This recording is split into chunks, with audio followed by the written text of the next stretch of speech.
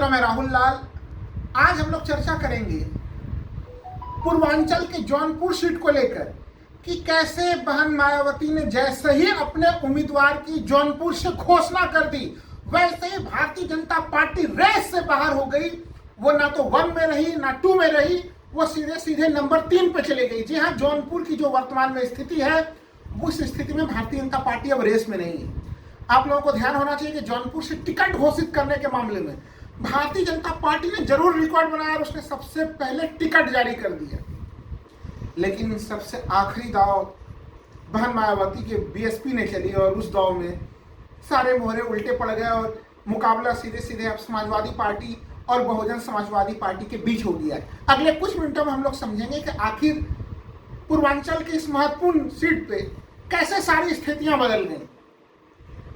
सबसे पहले सबसे महत्वपूर्ण रूप से देखें कि भारतीय जनता पार्टी के दावेदार कौन कौन थे टिकट के। धनंजय सिंह, जिस धनंजय सिंह को तमाम बाहुबली के रूप में तमाम नाम सुने होंगे, धनंजय सिंह काफी जोर शोर से तैयारी कर रहे थे चुनाव लड़ने के लिए। उन्होंने भारतीय जनता पार्टी से काफी कोशिशें की उनको टिकट मिल जाए, लेकिन धनंजय सिंह को जब वहां से टिकट मिलने की संभावना नहीं हुई और भारतीय जनता पार्टी ने धनंजय सिंह को टिकट नहीं दिया, बल्कि भारतीय जनता पार्टी ने टिकट दिया कृपा शंकर सिंह को, जो पूर्व कांग्रेसी नेता हैं। उनका जौनपुर से क्या संबंध है? उनका जौनपुर से संबंध यह है कि वो जौनपुर के रहने वाले थे, लेकिन उनके सारे राजनीतिक क्रियाकलाप तमाम तरह की चीजें महाराष्ट्र में हुई। वो महाराष्ट्र में कांग्रेस सरकार में गृह राज्य मंत्री रहे।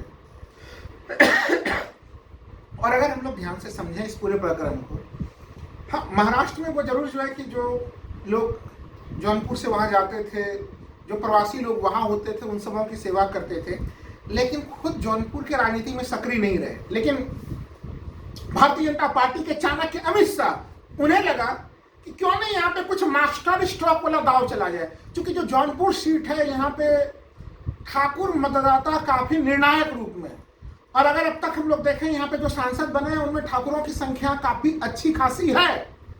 हालांकि निर्णायक रूप में यहाँ पे ब्राह्मण वोटर्स भी हैं, जो पूरा जाति समीकरण है काफी अनोखा है, लेकिन ठाकुर वोटर्स अच्छे खासे रहे।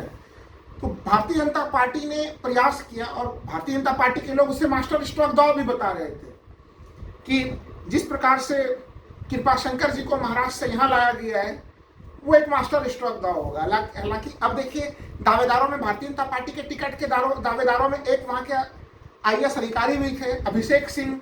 वो भी बहुत लंबे समय से भारतीय जनता पार्टी के लिए काफी मेहनत कर रहे थे। राम मंदिर के निर्माण होने के बाद बस भेज रहे थे जौनपुर से राम मंदिर के लिए। वो वहां पे क्विज प्रतियोगिता का आयोजन करते थे कि भारतीय जनता पार्टी के लिए बेस्ट स्लोगन लिखिए और स्कूटी ले जाएगी। इस तरह के तमाम चीजें वो कर रहे थे कि उन्हें भी टिकट नहीं प्राप्त हुई। और जब भारतीय जनता पार्टी उन्होंने टिकट दे दिया अपने महाराष्ट्र से बुलाए हुए प्रतिनिधि को, कांग्रेस के पूर्व नेता को, तो फिर धनंजय सिंह ने टिकट के लिए प्रयास किया और उनकी एक तस्वीर वायरल हुई समाजवादी पार्टी के मुखिया अखिलेश यादव के साथ। लेकिन उसके बाद उन्होंने कुछ ट्वीट किया, लेकिन त्वरित तौर पे एमपी एमएलए कोर्ट ने एक पुराने मामले में, अपहरण के मामले में उन्हें 7 वर्ष की सजा सुना दी। और अभी जो हम लोग सुन रहे हैं पूरे देश में कि राजपूत समुदाय, ठाकुर समुदाय नाराज है, इसकी नींव अगर कहीं सबसे पहले रखी गई हाल फिलहाल में तो वो नींव यही जौनपुर शहर में थी। धनंजय सिंह की जिस प्रकार से गिरफ्तारी हुई और वो चुनाव लड़ने के लिए अयोग्य साबित हो गए, यानी वहां पे ठाकुर समुदाय में लोगों का ये मानना था कि धनंजय सिंह को कहीं कहीं गलत ढंग से फंसाया गया और कोर्ट के निर्णयों का प्रयोग किया गया। मैं कोर्ट के निर्णय पर कुछ नहीं कह रहा, लेकिन वहां के लोगों का परसेप्शन जरूर है मित्रों इसी रूप में। और ठाकुर समुदाय में एक नाराजगी की स्थिति उत्पन्न हुई। लेकिन ये तमाम तरह की चीजें चल रही थी और वो गिरफ्तार भी हो गए। लंबे समय तक बीच में लग रहा था कि अब वहां के राजनीति में थोड़ी शांति की स्थिति नजर आ रही थी। ठाकुरों का विद्रोह जो है कि वो हम लोग राजस्थान में सुन रहे थे, हम लोग वो गुजरात में सुन रहे थे, पश्चिमी यूपी में सुन रहे थे, लेकिन जौनपुर से वैसी खबरें नहीं आ रही थी।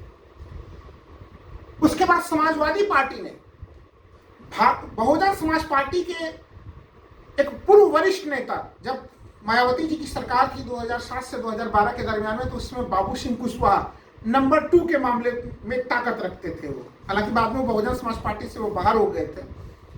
उन बाबू सिंह कुशवाहा को समाजवादी पार्टी ने टिकट दिया और जैसे ही समाजवादी पार्टी लग रहा था ऐसा कि बहन जी इंतजार ही कर रही हो कि समाजवादी पार्टी किसे टिकट देने वाली है, उनके टिकट देने के बाद धनंजय सिंह की पत्नी श्रीकला रेड्डी, वो 14 अप्रैल को जब पूरा देश अंबेडकर जयंती मना रहा था, उस दिन वो भी जो है जय भीम के झंडों के साथ देखी गई और संकेत उसी समय से मिलने प्रारंभ हो गए थे कि श्रीकला रेड्डी यानी धनंजय सिंह के ऊपर बहन मायावती ने अपने हाथ रख दिए।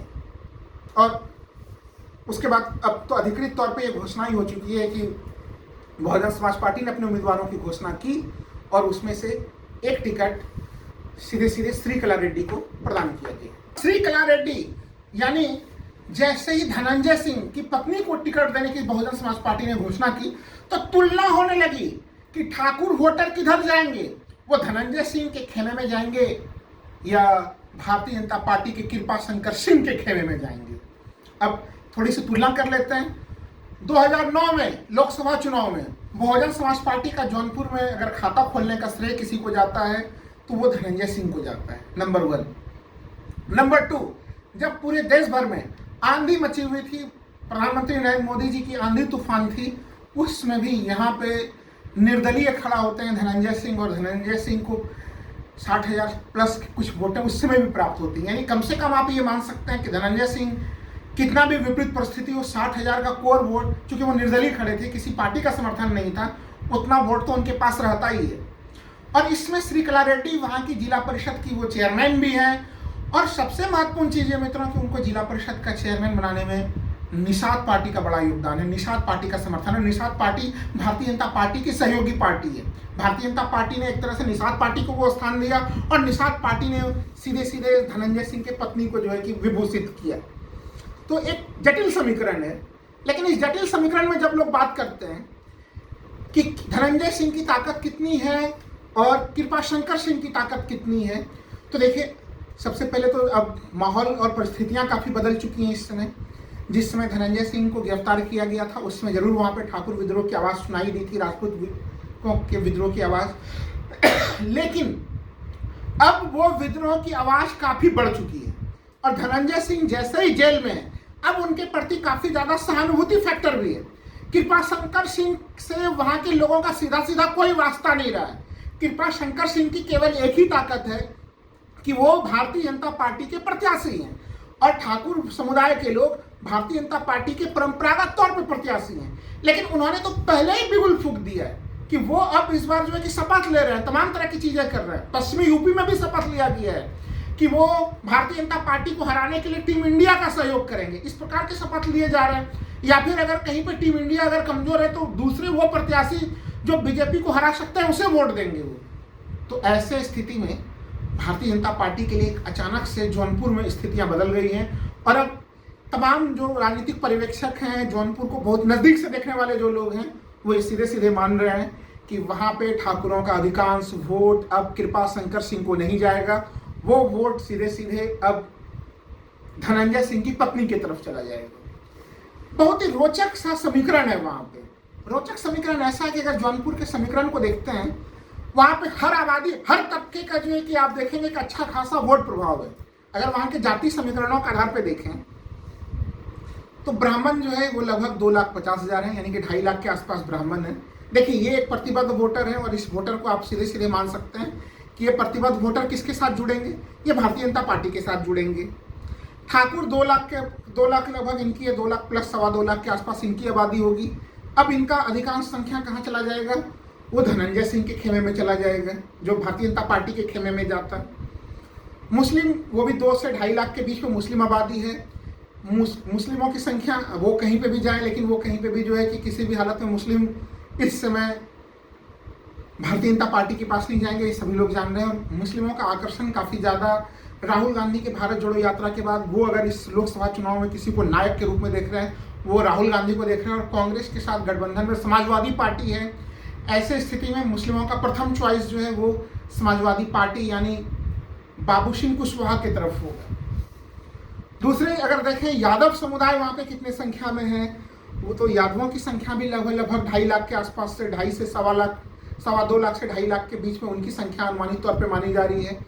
वो सीधे सीधे समाजवादी पार्टी के बिल्कुल कोर वोटर में शामिल है, उनको उनमें किसी प्रकार के बंटवारे की कोई संभावना नहीं है और वो वोट भी उन्हीं को मिलेगा। नंबर 2 यानी ये बंटवारे की स्थिति दिख रही है। और नंबर 3 अगर आप देखें, वहां पे अच्छी खासी संख्या में अनुसूचित जाति एससी समूह के लोगों का वोट भी है। वो वोट भी लगभग 2.5 लाख के आसपास का वोट है।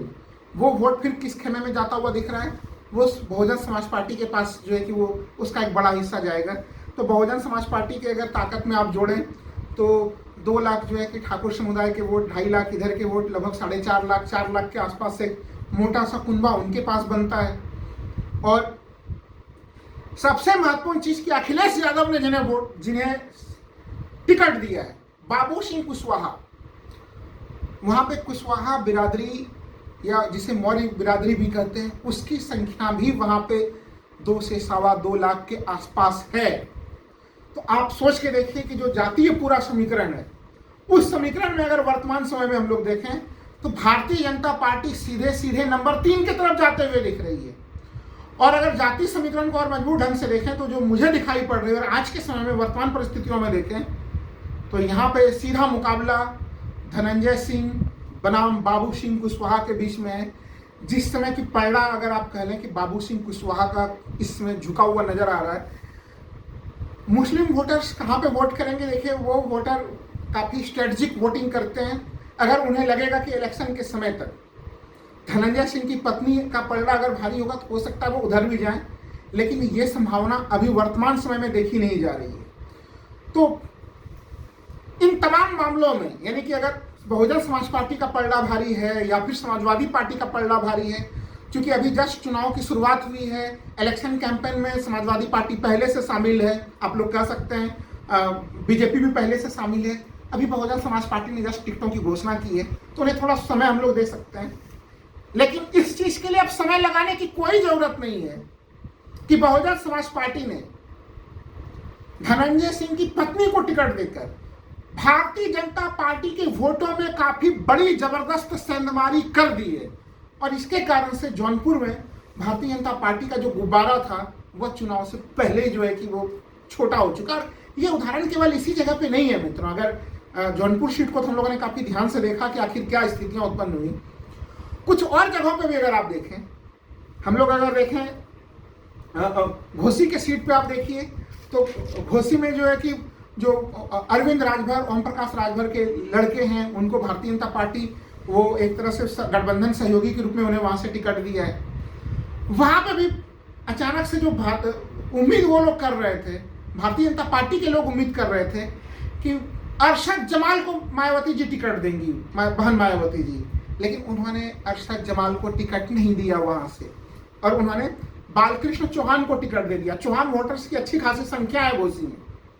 भारतीय जनता पार्टी ये मान रही थी कि वहां पे राजभर वोटों की बड़ी संख्या है, चौहान वोटर्स की बड़ी संख्या है। राजभर के बारे में आप लोगों को पता ही है कि अरविंद राजभर ने को जिस तरह से उनसे माफीनामा करवाया गया और उसके बाद उनसे राजभर वोटर्स भी नाराज हैं। और दारा सिंह चौहान जिन्हें शामिल किया गया था काफी मजबूती के साथ भारतीय जनता पार्टी में कि दारा सिंह चौहान बीजेपी में आते हैं तो चौहान वोटर्स मिलेंगे, लेकिन चौहान वोटर्स में बंटवारे का काम करने की स्थिति बालकृष्ण चौहान से, जो बहुजन समाज पार्टी ने बालकृष्ण चौहान को टिकट दिया, वो वहां पे सनमारी कर रही है। और उस स्थिति में अब कोई मुकाबले की स्थिति घोसी में नहीं बची है। घोसी में समाजवादी पार्टी के लिए रास्ता बिल्कुल कह लीजिए कि नहीं कहते ट्रैफिक बिल्कुल सिग्नल हरी है वहां पे, तो वो एक स्थिति वहां पे बनी है और उसमें बहुजन समाज पार्टी की बड़ी महत्वपूर्ण भूमिका रही है। अगर बहुजन समाज पार्टी वहां पे किसी और प्रत्याशी या मुस्लिम या किसी और समूह को टिकट देती तो फिर समाजवादी पार्टी के लिए स्थिति कठिन होती। और ये स्थितियां वही नहीं है। आप ये तो मैं पूर्वांचल के सीटों की चर्चा कर रहा हूं। अभी इस समय जब देश रामनवमी को के त्यौहार काफी जोर शोर से मना रहा है इसमें, और 2 दिन बाद ही जो है कि प्रथम चरण के चुनाव होने वाले हैं देश में, भारतीय जनता पार्टी मेरठ के जिस लोकसभा सीट से वहां पे अरुण गोविल को खुद टिकट देकर राम लहर को फैलाना चाह रहे थे, वहां पे भी एक तरफ जो जाति पूरा समीकरण है, उस समीकरण में मायावती जी ने जो है कि एक त्यागी को, ब्राह्मण को टिकट देकर भारतीय जनता पार्टी में सनमारी करने की कोशिश कर डाली।